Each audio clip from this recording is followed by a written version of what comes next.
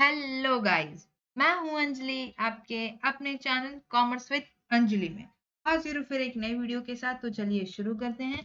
हम कर रहे हैं हमारा चैप्टर नंबर 3 का पार्ट ए, जो है हमारा डिमांड एनालिसिस। इसमें हम जान रहे हैं डिमांड को डिटेल में। तो ये हमारा लेक्चर 2 है। अगर आपने अब तक लेक्चर 1 नहीं देखा है तो जाइए फटफट देख लीजिए। और हाँ, अगर आप तक आपने मेरे चैनल को सब्सक्राइब नहीं किया है तो सब्सक्राइब जरूर करें और अपने दोस्तों के साथ ये चैप्टर जो इम्पोर्टेंट है तो जरूर शेयर करें।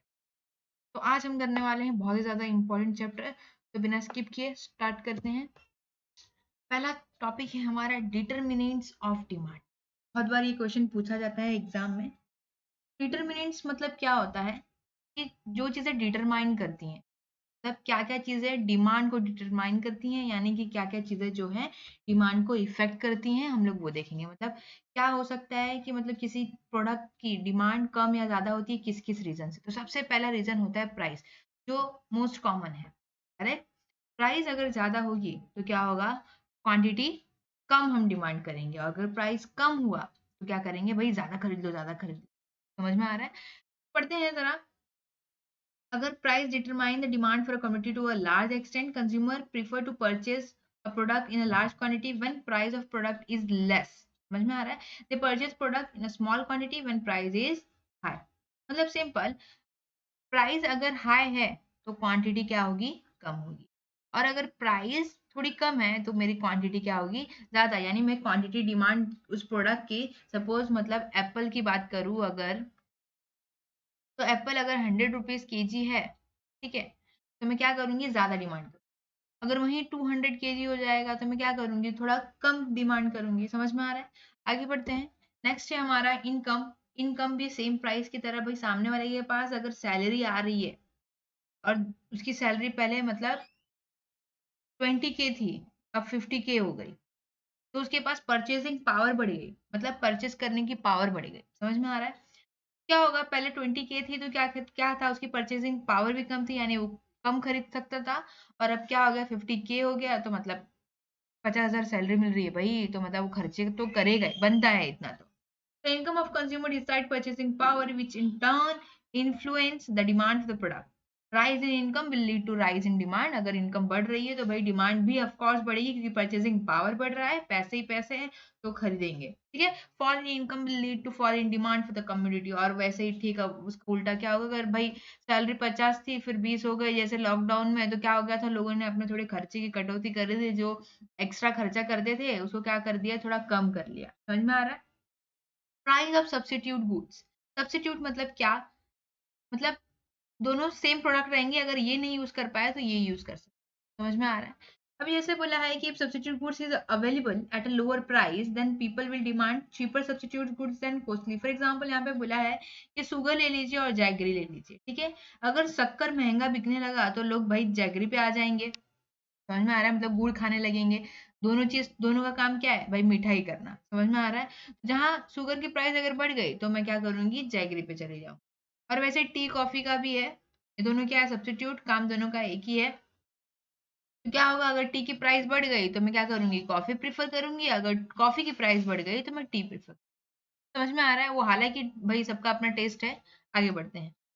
Price of a complementary goods. Price of complementary, complementary मतलब हमने कल ही पढ़ा था, कल नहीं सॉरी, हमारे लेक्चर में आपने देखा होगा, change in the price of one commodity would also affect the demand for other commodity. क्या था कि एक कॉम्प्लीमेंट्री गुड्स है, मतलब जॉइंट डिमांड जिसकी होती है, मतलब एक प्रोडक्ट की वजह से दूसरी की डिमांड होती है। समझ में आ रहा है? तो वैसे केस में क्या होता है, अगर एक का प्राइस बढ़ गया तो दूसरे का भी ऑटोमेटिक प्राइस बढ़ जाएगा। जैसे यहाँ पे एग्जांपल लिया है कार और फ्यूल। अगर फ्यूल की प्राइस बढ़ जाती है तो लोग सोचेंगे भाई क्या कार वार क्या मतलब खरीदेंगे, फिर उतना पेट्रोल डालेंगे, डीजल डालेंगे, फिर कितना खर्चा होगा। तो क्या होगा, ऑटोमेटिक सब सोचेंगे भाई इतना पेट्रोल का दाम बढ़ता जा रहा है, इतना डीजल का दाम बढ़ता जा रहा है, इससे अच्छा एक काम करते, कार अवॉइड करते, पब्लिक ट्रांसपोर्ट यूज करते हैं, मस्त है। समझ में आ रहा है? Nature of a product. Nature of product मतलब प्रोडक्ट का नेचर कैसा है। अभी देखो, नेचर मतलब कि वो प्रोडक्ट किस चीज के लिए यूज होता है। अगर वो नेसेसिटी है तो भाई मतलब तो जरूरी है, लोग उस चीज की डिमांड करेंगे ही करेंगे। अब अनअवॉइडेबल हो, मतलब कि मतलब छोड़ ही नहीं सकते, भी रोज का खाना पीना है तो फूड का डिमांड तो रहेगा ही ना। अब ऐसा तो है नहीं कि खाना बिना खाए रह लेंगे 1 महीने तक। तो जिस चीज़ की डिमांड ज़रूरी है, अनअवॉइडेबल है, वो हम लोग क्या कर सकते हैं, वैसे प्रोडक्ट का हमेशा सेम ही रहने वाला है, प्राइस कम हो चाहे ज़्यादा हो। जैसे फॉर एग्जाम्पल यहाँ पे बोला है medicine to control blood pressure. तो क्या होगा, इसका जो डिमांड है वो कंटिन्यू रहेगा जैसा पहले था, चाहे प्राइस में चेंज हो चाहे ना हो। समझ में आ रहा है? आगे बढ़ते हैं। Size of population, of course जहाँ पे 1000 लोग रहते थे, अब वहाँ पे 2000 लोग हो गए। समझ में आ रहा है? एग्जाम्पल ले रही हूँ, छोटा एग्जाम्पल ले रही हूँ। वैसे तो हमारा पॉपुलेशन बहुत ज्यादा है, कुछ 12 करोड़ के आसपास। आगे बढ़ते हैं, 12,000 करोड़ के आसपास। तो 1000 और 2000, तो ये हमारा जो 1000 पॉपुलेशन था, वहाँ पे 2000 हो गए। पहले 1000 लोग डिमांड कर रहे थे, अभी क्या 2000 पीपल डिमांड कर रहे हैं। तो क्या होगा, larger size greater will be demand, और smaller size smaller will be demand. Expectation about future prices. अभी देखो, ये सबसे मेन फंडा होता है। भाई जो बंदा है वो सोच रहा है कि क्या होगा इन फ्यूचर, शायद प्राइस क्या हो जाए, कम हो जाए। समझ में आ रहा है? अभी जैसे कि बीच में अनियन वगैरह महंगा हुआ था, ठीक है, तो प्राइस शायद कम हो जाए तो क्या करेगा, वो अभी नहीं खरीदेगा। समझ में आ रहा है?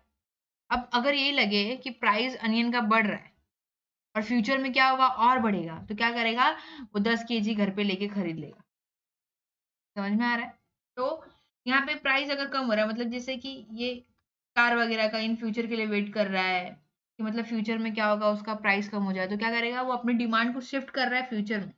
डिमांड का मतलब क्या होता है, हम लोग सीख चुके हैं ऑलरेडी, कि डिजायर हो, ठीक है, प्लस परचेजिंग पावर हो और एबिलिटी टू पे हो।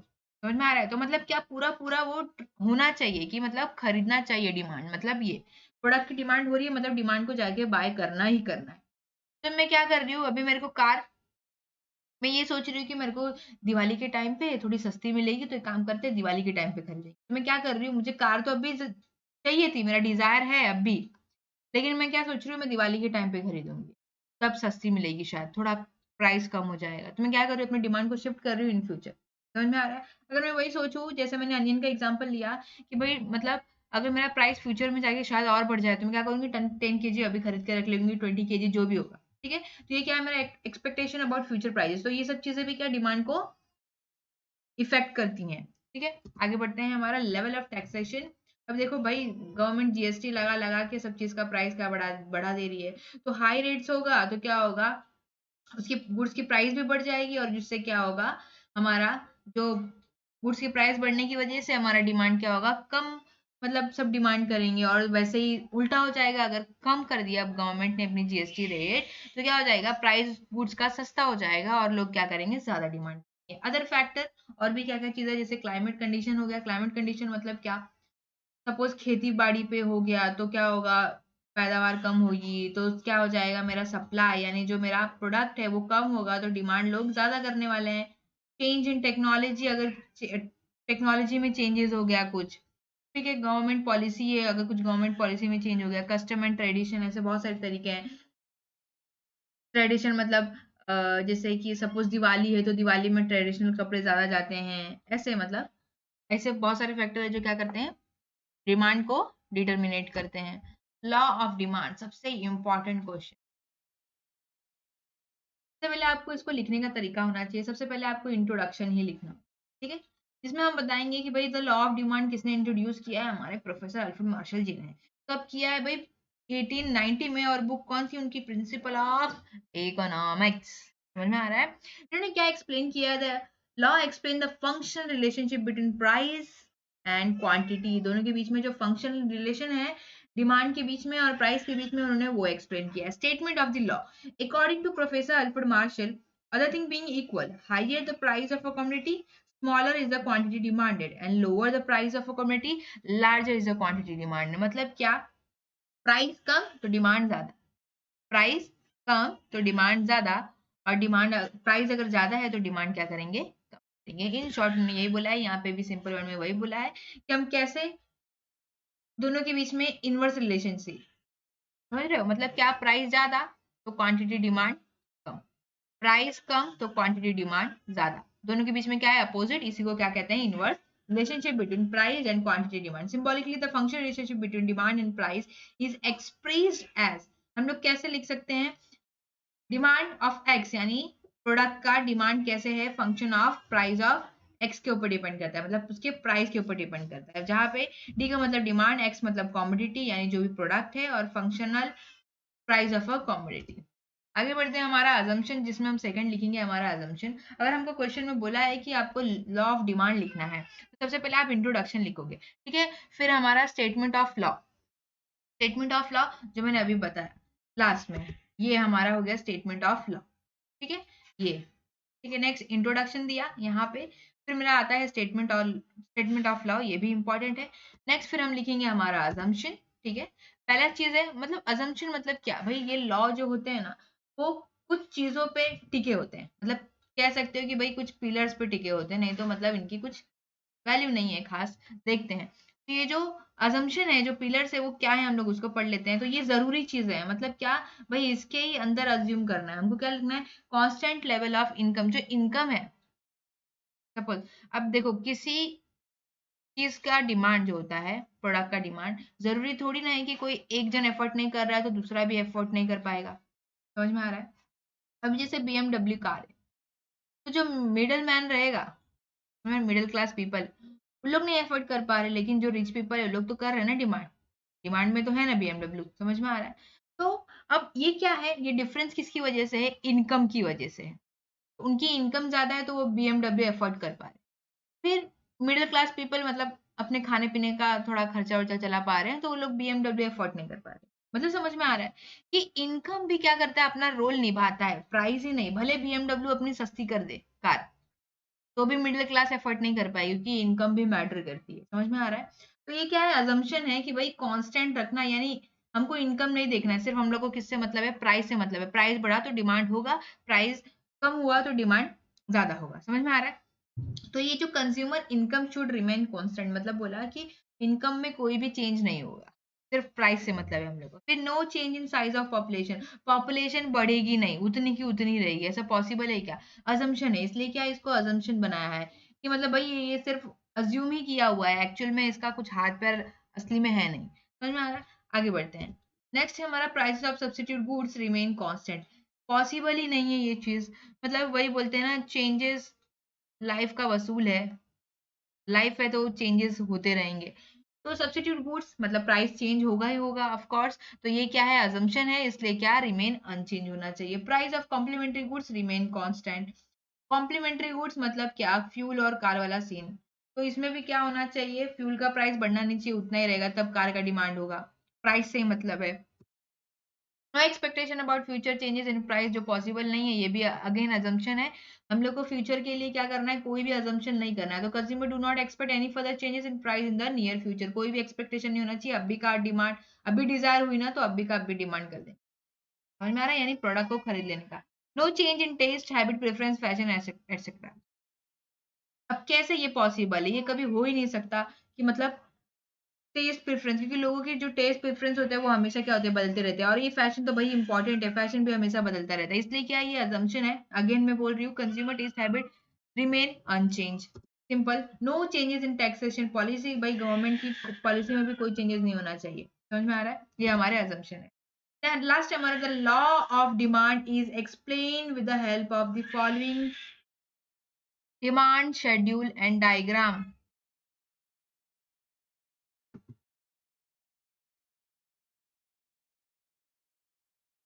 With the help of the following demand schedule and diagram, हमने क्या करेंगे, हमारे डिमांड को समझते हैं प्राइस के साथ में, दोनों के बीच में रिलेशनशिप है, ठीक है, रिलेटिव रिलेशनशिप। तो price of a commodity x, मतलब कोई भी एक प्रोडक्ट मान लो, आपके मन में जो भी आपको मानना है। तो पहले जब उसकी प्राइस 50 थी तो हम लोग कितना, 1 किलो भाई डिमांड कर रहे थे। फिर जब 40 हुई तो हम लोग 2 किलो डिमांड कर रहे थे। जब 30 हुई तो हम 3 किलो, 20 हुई तो 4 किलो, फिर 10 हुई तो 5 किलो। समझ में आ रहा है? तो ये हमारा क्या है, इनवर्स रिलेशनशिप है। जैसे जैसे प्राइस कम होता जा रहा है और हमारा डिमांड क्या होता जा रहा है, 1 से 2, 2 से 3, 3 से 4, 5 से, मतलब ऐसे करके बढ़ता जा रहा है। प्राइस कम हो रही है, डिमांड मेरा बढ़ता जा रहा है। यही हमको एक्सप्लेन किया है यहाँ पे कि दोनों के बीच में क्या है, इनवर्स रिलेशनशिप है। Quantity demand rises and when prices of commodity, यहाँ पे क्या है, as the price of commodity falls, क्या हो रहा है, जब कमोडिटी का प्राइस क्या हो रहा है, कम हो रहा है, क्वांटिटी डिमांड क्या हो रहा है, बढ़ता जा रहा है। और जब when price of commodity rises quantity demand falls. और जब प्राइस अगर बढ़ता जाएगा, जैसे मैं एग्जांपल यहाँ से ले लूँ, यहाँ पे पहला मान लो, इसको दूसरा मान लो, तीसरा, फिर चौथा, फिर पांच, तो क्या होगा, मेरा पहले 10 प्राइस था, फिर अभी 20 हो गया, फिर 30 हो गया, फिर 40 हो गया, फिर 50 हो गया, तो मेरा क्या हो रहा है, 5 4 3 2 1, दोनों के बीच में क्या है, इनवर्स रिलेशन। आगे बढ़ते हैं। अब हम क्या करेंगे, इसको डिमांड कर्व में बनाएंगे, यानी ग्राफ पे इसको रिप्रेजेंट करने वाले हैं। तो ये मेरा वाई एक्सिस पे हमारा प्राइस रहेगा और एक्स एक्सिस पे हमारा क्वांटिटी डिमांड रहेगा। 50 जब था मेरा प्राइस, यहाँ पे प्राइस है, जब 50 रुपया था तो मैं डिमांड कितना कर रही थी, 1 kg। 40 था तो 2 kg। समझ में आ रहा है, ये 40 पे 2, 30 मेरा 3 किलो, इस पे 4 किलो। समझ में आ रहा है, तो यानी ये मेरा क्या होगा, कर्व बन जाएगा फिर। ठीक है, जहां पे ये पॉइंटर्स मिल रहे होंगे प्राइस और क्वांटिटी डिमांड के, इसको फिर हम क्या करेंगे, ऐसे करके ज्वाइन कर देंगे। ठीक है, तो ये मेरा हो गया क्या, मेरा डीडी कर्व बन गया। ठीक है, तो क्या है, जो DD is the demand curve which is slope downward from left to right due to inverse relationship between price and quantity demanded. ये हमने ऑलरेडी हमारे लेक्चर 1 में कर चुके हैं। तो क्या है, मतलब इसकी वजह से क्या हो रहा है, ये लेफ्ट साइड से क्या हो रहा है, लेफ्ट साइड से राइट साइड की तरफ क्या हो रहा है, झुक रहा है। करेक्ट ना, तो ये क्या हो रहा है, झुक रहा है, यानी क्या हो रहा है, हम लेंगे इसको इंग्लिश टर्म में बोलेंगे भाई डाउनवर्ड स्लोपिंग। आ रहा है, तो इसी को हम क्या बोलते हैं, डाउनवर्ड स्लोपिंग। आगे बढ़ते हैं, exception to the law of demand. अब देखो भाई, अजम्पशन था, करेक्ट ना, अब ये इसने अजम्पशन बनाया तो कुछ एक्सेप्शन भी होंगे। एक्सेप्शन अजम्पशन मतलब इसको अज्यूम करके उसको मान लो भाई कि मतलब ऐसा ऐसा है। एक्सेप्शन मतलब जो चीजें फालतू उसने अजम्पशन में लिखी है ना कि ये चीज होगी नहीं, उसी को एक्सेप्शन मतलब क्या, ऑड पीपल आउट, मतलब ऑड नंबर को बाहर निकाल देने का। तो देखते हैं हमारे एक्सेप्शन क्या क्या है। ये डिमांड किस चीज में फॉलो नहीं होता है। There are certain exceptions to the law of demand. It means that under exception circumstances, consumer buys more when the price of a commodity. अब देखो कुछ चीजें ऐसी हैं जो मतलब इन जो कस्टमर रहेगा ना, वो उसको फॉलो नहीं करता। अभी जैसे क्वालिटी होती है, क्वालिटी नाम की भी चीज होती है ना प्राइस के अलावा, करेक्ट ना। अगर क्वालिटी अच्छी होगी तो लोग कितना भी प्राइस दे के उसको खरीद लेंगे, करेक्ट, मतलब उस चीज की डिमांड होगी।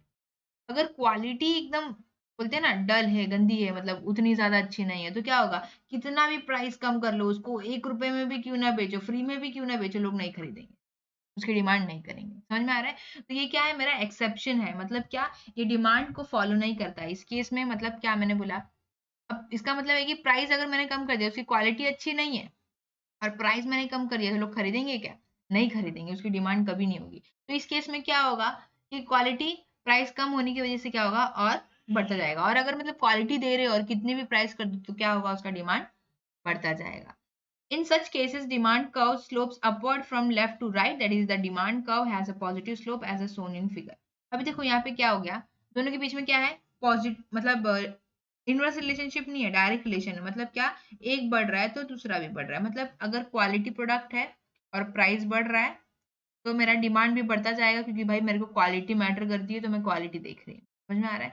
फिर अगर क्वालिटी नहीं है और मैंने उसका प्राइस कम कर दिया, जैसे मैंने बताया फ्री में भी दे रहे, तो भी लोग क्या करेंगे, डिमांड कम ही करेंगे। तो दोनों क्या हो रहा है, साथ में जा रहा है। और डिमांड का लॉ क्या बोलता है, दोनों के बीच में इनवर्स रिलेशनशिप है, यानी प्राइस अगर बढ़ेगा तो डिमांड कम होगा, अगर प्राइस कम होगा तो डिमांड बढ़ेगा। लेकिन ये क्या कर रहा है, फॉलो नहीं कर रहा है। तो इस केस में क्या होगा, हमारा जो कर्व था वो कैसे जा रहा था, ऐसे जा रहा था। ठीक है, इस केस में क्या होगा, ऐसे जाएगा। करेक्ट, समझाओ। जैसे पहले प्राइस क्या था, पी था, करेक्ट, तो मेरा डिमांड क्यू था इतना। ठीक है, अब मेरा प्राइस क्या हो गया, क्वालिटी है, प्राइस P1 पे आ गया, तो क्या होगा भाई, खरीदना तो है मेरे को, तो मेरा क्वांटिटी भी बढ़ेगा। समझ में आ रहा है। तो ऐसे से करके क्या होगा, ये स्लोप हमारा क्या होगा, लेफ्ट, मतलब ये लेफ्ट से तो जा रहा है, राइट की तरफ अपवर्ड स्लोप हो रहा है, डाउनवर्ड स्लोप नहीं हो रहा है। क्या हो रहा है, अपवर्ड हो रहा है, ऊपर की तरफ जा रहा है। समझ में आ रहा है, तो ये मेरा अपवर्ड हो रहा है। आगे बढ़ते हैं। Following are the exception to the law of demand. ये मेरे एक्सेप्शन है। समझ में आ रहा है। अब देखते हैं गिवन पैराडॉक्स। जैसे मैंने एग्जांपल में लिया कि भाई अगर क्वालिटी अच्छी नहीं है, पैसे मतलब किसी चीज का अगर प्राइस कम कर दो ना, तो लोग सोचेंगे कि भाई इसकी क्वालिटी क्या इंफीरियर है, मतलब लो क्वालिटी प्रोडक्ट है। प्राइस कम तो लो क्वालिटी, ऐसा सबकी क्या है, मान्यता है भाई, ये अज्यूम है सबका। तो inferior goods और low quality goods are those goods whose demand does not rise even if their price fall. समझ में आ रहा है? अगर inferior goods हो और low quality goods हो, उसका कितना भी प्राइस कम कर दो, उसका क्या होगा, डिमांड नहीं बढ़ने वाला है. At a times demand decrease when the price of such commodity falls. क्या होगा, एक टाइम आएगा जब डिमांड डिक्रीज हो जाएगा, व्हेन और भी ज्यादा उसका प्राइस क्या कर दोगे, कम कर दोगे, तो और डिक्रीज हो जाएगा, मतलब फिर लोग और डिमांड करना बंद कर देंगे, ये सोचिए कि एकदम सी क्वालिटी का प्रोडक्ट है, एकदम इंफीरियर प्रोडक्ट है. समझ में आ रहा है? इस इसे गिफन पैराडॉक्स क्यों कहते हैं, देख लेते हैं. क्योंकि सर रॉबर्ट गिफन, इन्होंने ऑब्जर्व किया था इंग्लैंड में relation to bread. He noted that when the price of a bread declined, people did not buy more because of an increase in their real income or purchasing power. मतलब उन्होंने एक चीज notice की थी कि अगर purchasing power भी बढ़ जा रही है तो भी ब्रेड लोग नहीं खरीद रहे हैं. लोग क्या प्रीफर कर रहे हैं, सुपीरियर गुड लाइक मीट. समझ में आ रहा है? This is known as Giffen paradox. अगर लोगों की परचेसिंग पावर है तो लोग क्या सस्ते प्रोडक्ट नहीं खरीदेंगे, लोग भाई अच्छी क्वालिटी के सुपीरियर गुड ही खरीदेंगे. समझ में आ रहा है? ब्रेड से क्या होगा, कुछ ताकत नहीं मिलेगी. भाई मीट से क्या होगा, अच्छा ताकत मिलेगा. तो क्या होगा, लोग क्या कर रहे हैं, प्राइस कम होते हुए भी, ब्रेड का प्राइस अगर कम भी कर दे रहे हैं तो भी उसकी डिमांड नहीं बढ़ रही है. समझ में आ रहा है? लेकिन मीट का डिमांड बढ़ रहा है, उसका प्राइस है तो भी, क्योंकि वो सुपीरियर क्वालिटी गुड्स है. ठीक है. प्रेस्टीज मतलब क्या, प्रेस्टीज मतलब एकदम सम्मान वाला. समझ में आ रहा है? जिससे लगे कि हाँ भाई हाईफाई है. तो expensive goods like diamond, gold etcetera status symbol. इससे क्या पता चलता है, स्टेटस पता चलता है, लोग मतलब भाई लोगों की औकात कह सकते हो. तो rich people buy more of it when even when their prices are high. मतलब ये भाई दिखाने वाला चीज है, तो भाई प्राइस कितना भी रहने दो, लोग तो भाई खरीदेंगे. समझ में आ रहा है? ये स्पेकुलेशन. स्पेकुलेशन का मतलब होता है एक्सपेक्टेड प्राइस. मैंने बताया फ्यूचर वाली स्टोरी. क्या होता है, the law of demand does not hold true when people expect price to rise still further. मतलब क्या, लोग ये सोचते हैं कि भाई प्राइस और ज्यादा बढ़ेगा. तो क्या होगा, in this case although the price have risen today, consumer will demand more an anticipation of further rise in price. क्या होगा, वो आज ही ज्यादा डिमांड करेगा ये सोच के कि भाई इन फ्यूचर क्या होगा, मेरा बढ़ेगा. जैसे मैंने अनियन का एग्जांपल लिया कि क्या होगा, भले आज 100 रुपए किलो है, इन फ्यूचर वो ये सोच के चलेगा कि भाई कल को और बढ़िया, तो 500 रुपए किलो हो गया, तो मैं क्या करता हूँ, आज ही खरीद के रख लेता हूँ. समझ में आ रहा है? और सेम फॉर एग्जाम्पल यहाँ पे बोला है प्राइसेस ऑफ ऑयल, शुगर, ये सब क्या होता है, दिवाली के टाइम पे क्या हो जाता है, बढ़ जाता है. तो लोग क्या कर सकते हैं, पहले ही खरीद के रख लेते हैं, या तो फिर पोस्टपोन कर देते हैं कि भाई जब दिवाली बीत जाएगी तो हम लोग खरीदेंगे. समझ में आ रहा है? Price illusion. इल्यूजन का मतलब क्या होता है, कि अपने दिमाग में एक छाप बना लेना. हाँ, इल्यूजन का मतलब छाप. Consumer have an illusion that high price goods are better quality. Illusion मतलब भाई दिमाग में एक चीज तो भाई भरी है. इल्यूजन एक छाप है कि महंगा जो प्रोडक्ट होता है वो क्या होता है, अच्छा क्वालिटी का होता है, और सस्ता, वो कहते हैं ना महंगा रोए एक नहीं क्या, हाँ महंगा रोए एक बार, सस्ता रोए बार बार, समथिंग. तो मतलब सस्ता रोए बार बार मतलब क्या, सस्ते की आप 1000 चीजें खरीदोगे सेम प्राइस में, एक खरीद लो, अच्छी चीज खरीद लो. पर मेरा ऐसा लोग कहते हैं. तो consumer have illusion that high price goods are of better quality. क्या होता है, अगर प्राइस ज्यादा है तो उसकी क्वालिटी भी बेटर है, इसलिए क्या करते हैं लोग, जैसे ब्रांडेड प्रोडक्ट, भाई गुची, एडिडास, लड़कियों के लिए भाई जारा, ये सब क्या है, लोगों को लगता है कि भाई एकदम हाईफाई है तो मतलब अच्छी क्वालिटी देता है. समझ में आ रहा है? तो मतलब प्राइस अच्छा है तो क्वालिटी भी अच्छा देता है, और क्वालिटी अच्छा देता है तो लोग क्या करेंगे, डिमांड भी करेंगे. समझ में आ रहा है? तो ये सब क्या है, प्राइस कितना भी बढ़ा दें लोग, लोग क्या करेंगे, डिमांड तो करेंगे. तो ये मेरा एक्सेप्शन है. समझ में आ रहा है? मतलब इस केस में क्या होगा, प्राइस तो बढ़ रहा है लेकिन साथ में क्वांटिटी डिमांड भी. इग्नोरेंस. इग्नोरेंस मतलब भाई उसको पैसे से मतलब ही नहीं है, बस खरीद लिया. तो इस केस में क्या होगा, क्वांटिटी डिमांड उतना ही रहने वाला. हैबिचुअल गुड्स, भाई जिसको आदत है.